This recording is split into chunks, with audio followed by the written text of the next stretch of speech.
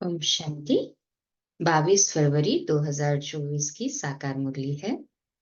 प्यारे मीठे बाप दादा हम बच्चों से कहते, मीठे बच्चे, इस शरीर से जीते जी मरने के लिए अभ्यास करो। मैं भी आत्मा, तुम भी आत्मा। इस अभ्यास से ममत्व निकल जाएगा। प्रश्न: सबसे ऊंची मंजिल कौन सी है? इस मंजिल को प्राप्त करने वालों की निशानी क्या होगी? उत्तर: सभी देहधारियों से ममत्व टूट जाए, सदा भाई भाई की स्मृति रहे, यही है ऊंची मंजिल। इस मंजिल पर वही पहुंच सकते हैं जो निरंतर देही अभिमानी बनने का अभ्यास करते हैं। अगर देही अभिमानी नहीं तो कहीं ना कहीं फंसते रहेंगे, या अपने शरीर में, या किसी न किसी मित्र संबंधी के शरीर में। उन्हें कोई की बात अच्छी लगेगी या कोई का शरीर अच्छा लगेगा। ऊंची मंजिल पर पहुंचने वाले जिस्म अर्थात देह से प्यार कर नहीं सकते। उनका शरीर का भान टूटा हुआ होगा। ओम शांति। रूहानी बाप रूहानी बच्चों को कहते हैं, देखो, मैं तुम सभी बच्चों को आप समान बनाने आया हूं। अब बाप आप समान बनाने कैसे आएंगे? वह है निराकार। कहते हैं, मैं निराकार हूं। तुम बच्चों को आप समान अर्थात निराकारी बनाने, जीते जी मरना सिखलाने आया हूं। बाप अपने को भी आत्मा समझते हैं ना? इस शरीर का भान नहीं है। शरीर में रहते हुए भी शरीर का भान नहीं है। यह शरीर उनका तो नहीं है ना? तुम बच्चे भी इस शरीर का भान निकाल दो। तुम आत्माओं को ही मेरे साथ चलना है। ये शरीर जैसे मैंने लोन लिया है, वैसे आत्माएं भी लोन लेती है पार्ट बजाने लिए। तुम जन्म जन्मांतर शरीर लेते आए हो। अब जैसे मैं जीते जी इस शरीर में हूं, परंतु हूं तो न्यारा अर्थात मरा हुआ। मरना शरीर छोड़ने को कहा जाता है। तुमको भी जीते जी इस शरीर से मरना है। मैं भी आत्मा, तुम भी आत्मा। तुमको भी मेरे साथ चलना है या यहाँ ही बैठना है? क्या कहेंगे? तुम्हारा इस शरीर में जन्म जन्मांतर का मोह है। जैसे मैं अशरीरी हूं, तुम भी जीते जी अपने को अशरीरी समझो। हमको अब बाबा के साथ जाना है। जैसे बाबा का ये पुराना शरीर है, तुम आत्माओं का भी ये पुराना शरीर है। पुरानी जुत्ती को छोड़ना है। जैसे मेरा इसमें ममत्व नहीं है, तुम भी इस पुरानी जुत्ती से ममत्व निकालो। तुमको ममत्व रखने की आदत पड़ी हुई है, हमको आदत नहीं है। मैं जीते जी मरा हुआ हूं। तुमको भी जीते जी मरना है। मेरे साथ चलना है तो अब ये प्रैक्टिस करो। शरीर का कितना भान रहता है, बात मत पूछो। शरीर रोगी हो जाता है तो भी आत्मा उसको छोड़ती नहीं है। इससे ममत्व निकालना पड़े। हमको तो बाबा के साथ जाना जरूर है। अपने को शरीर से न्यारा समझना है। इसको ही जीते जी मरना कहा जाता है। अपना घर ही याद रहता है। तुम जन्म जन्मांतर से इस शरीर में रहते आए हो, इसलिए तुमको मेहनत करनी पड़ती है। जीते जी मरना पड़ता है। मैं तो इसमें आता ही टेम्पररी हूं। तो मरकर चलने से अर्थात अपने को आत्मा समझकर चलने से कोई भी देहधारी में ममत्व नहीं रहेगा। अक्सर करके किसी न किसी का किसी में मोह हो जाता है, बस उनको देखने बिगर रह नहीं सकते। यह देहधारी की याद एकदम उड़ा देनी चाहिए, क्योंकि बहुत बड़ी मंजिल है। खाते पीते जैसे कि एक शरीर में हूं ही नहीं, ये अवस्था पक्की करनी है। तब 8 रत्नों की माला में आ सकते हैं। मेहनत बिगर थोड़े ही ऊंच पद मिल सकता है। जीते जी देखते हुए समझे कि मैं तो वहां का रहने वाला हूँ। जैसे बाबा सब इसमें टेम्पररी बैठा है, ब्रह्मा बाबा में शिव बाबा टेम्पररी बैठा है, ऐसे अब हमको भी घर जाना है। हम भी इस शरीर में टेम्पररी है, सभी को जाना तो है ही, वापस रिटर्न जर्नी तो है ही। जैसे बाबा का ममत्व नहीं है, वैसे हमको भी इसमें ममत्व नहीं रखना है। बाप को तो इस शरीर में बैठना पड़ता है तुम बच्चों को समझाने लिए। तुमको अब वापस चलना है, इसलिए कोई देहधारी में ममत्व न रहे। ये फलानी बहुत अच्छी है, मीठी है, आत्मा की बुद्धि जाती है। बाप कहते हैं शरीर को नहीं, आत्मा को देखना है। शरीर को देखने से तुम फंस मरेंगे, बड़ी मंजिल है। तुम्हारा भी जन्म जन्मांतर का पुराना ममत्व है, बाबा का ममत्व नहीं है। तब तो तुम बच्चों को सिखलाने आया हूं। बाप खुद कहते हैं मैं तो इस शरीर में नहीं फंसता हूं, तुम फंसे हुए हो। मैं तुमको छुड़ाने आया हूं। तुम्हारे 84 जन्म पूरे हुए, अब शरीर से भान निकालो। देही अभिमानी होकर न रहने से तुम कहीं न कहीं फंसते रहेंगे। कोई की बात अच्छी लगेगी, कोई का शरीर अच्छा लगेगा, तो घर में भी उनकी याद आती रहेगी। जिस्म पर प्यार होगा तो हार खा लेंगे, डबल अंडरलाइन। ऐसे बहुत खराब हो जाते हैं। बाप कहते हैं स्त्री पुरुष का संबंध छोड़ अपने को आत्मा समझो। ये भी आत्मा, हम भी आत्मा। आत्मा समझते समझते शरीर का भान निकलता जाएगा। बाप की याद से ही विकर्म भी विनाश होंगे। इस बात पर तुम अच्छी तरह से विचार सागर मंथन कर सकते हो। विचार सागर मंथन करने बिगर तुम उछल नहीं सकेंगे। ये पक्का होना चाहिए कि हमको बाप के पास जाना है जरूर। मूल बात है याद की। 84 का चक्र पूरा हुआ, फिर शुरू होना है। इस पुरानी देह से ममत्व नहीं हटाया तो फंस पड़ेंगे, या अपने शरीर में या कोई मित्र संबंधी के शरीर में। तुमको तो किससे भी दिल नहीं लगानी है। अपने को आत्मा समझ बाप को याद करना है। आत्मिक स्थिति में ही मुरली सुन रहे हैं ना? कहे हाँ जी बाबा। हम आत्मा भी निराकार है, बाप भी निराकार है। आधा कल्प तुम भक्ति मार्ग में बाप को याद करते आए हो ना। हे प्रभु कहने से शिवलिंग ही सामने आएगा। कोई देहधारी को हे प्रभु कह न सके। सभी शिव के मंदिर में जाते हैं, उनको ही परमात्मा समझ पूजते हैं। ऊंचे से ऊंचा भगवान एक ही है। ऊंचे से ऊंचा अर्थात परम धाम में रहने वाला। भक्ति भी पहले अव्यभिचारी होती है एक की, फिर व्यभिचारी बन जाती है।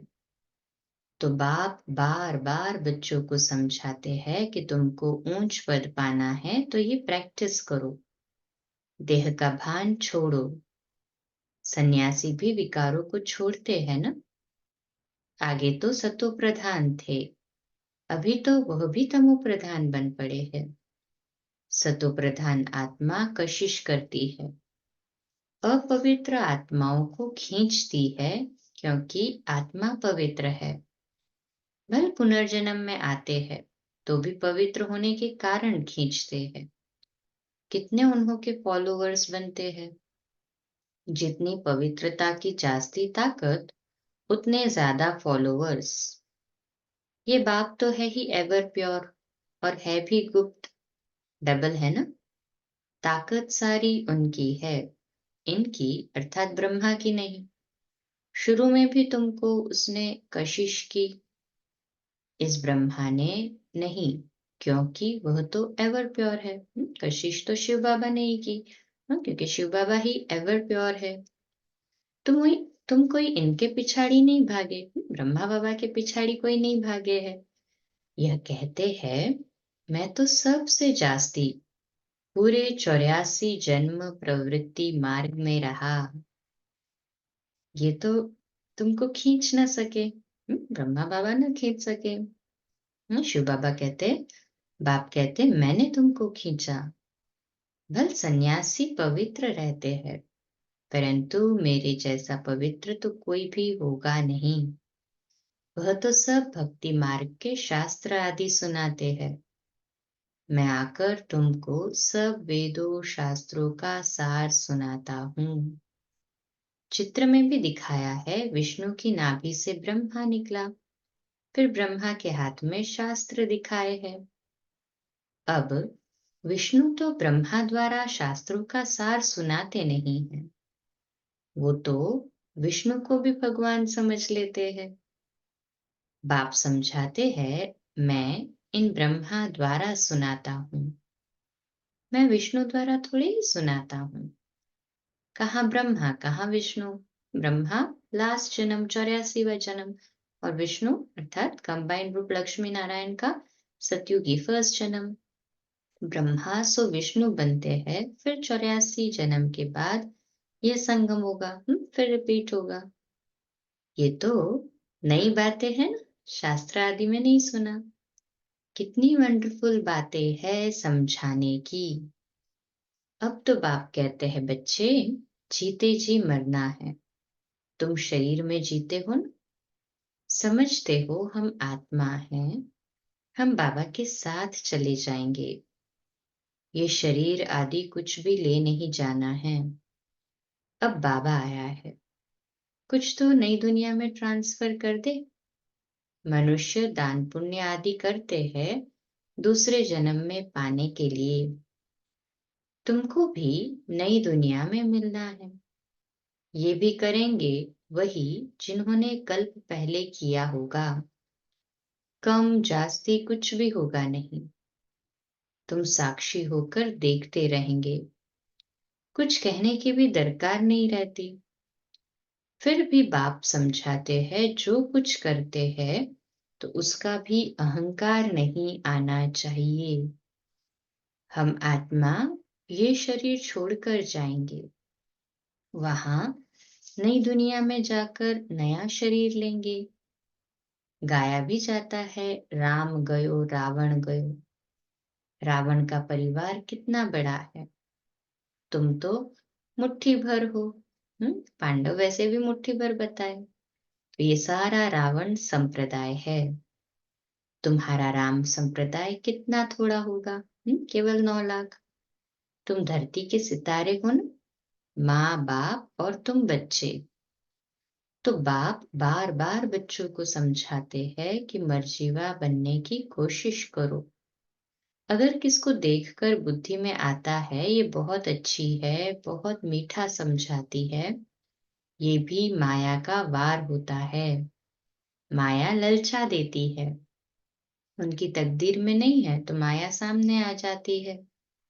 कितना भी समझाओ तो गुस्सा लगेगा। ये नहीं समझते हैं कि ये देह अभिमान ही काम करा रहा है। अगर ज्यादा समझाते हैं तो टूट पड़ते हैं, इसलिए प्यार से चलाना पड़ता है। किससे दिल लग जाता है तो बात मत पूछो, पागल हो जाते हैं। माया एकदम बेसमझ बना देती है। इसलिए बाप कहते हैं कभी कोई के नाम रूप में नहीं फंसना। मैं आत्मा हूं और एक बाप जो विदेही है उनसे ही प्यार रखना है, यही मेहनत है। कोई भी देह में ममत्व न हो।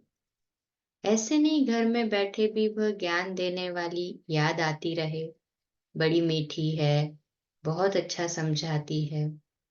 अरे मीठा तो ज्ञान है, मीठी आत्मा है। शरीर थोड़ी मीठा है, बात करने वाली भी आत्मा है। कभी भी शरीर पर आशिक नहीं होना है। Double underline. आजकल तो भक्ति मार्ग बहुत है। आनंदमयी माँ को भी माँ माँ करते याद करते रहते हैं। अच्छा, बाप कहाँ है? वर्षा बाप से मिलना है या माँ से? माँ को भी पैसा कहाँ से मिलेगा? सिर्फ मामा कहने से जरा भी पाप नहीं कटेंगे। बाप कहते हैं माम एकम याद करो। Double underline. नाम रूप में नहीं फंसना है और ही पाप हो जाएगा, क्योंकि बाप का नाफरमान बरदार बनते हो। बहुत बच्चे भूले हुए हैं। बाप समझाते हैं मैं तुम बच्चों को लेने आया हूँ, सो जरूर ले जाऊंगा, इसलिए मेरे को याद करो। एक मुझे याद करने से ही तुम्हारे पाप कटेंगे। भक्ति मार्ग में बहुतों को याद करते आए हो, परंतु बाप बिगर कोई काम कैसे होगा? बाप थोड़ी कहते हैं माँ को याद करो। बाप तो कहते हैं मुझे याद करो। पतित पावन मैं हूँ। बाप के डायरेक्शन पर चलो।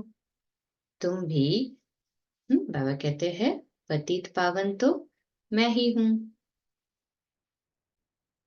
तो पतित पावन तो केवल एक बाप ही है, इसलिए बाबा कहते हैं मुझे याद करो, बाप के डायरेक्शन पर चलो।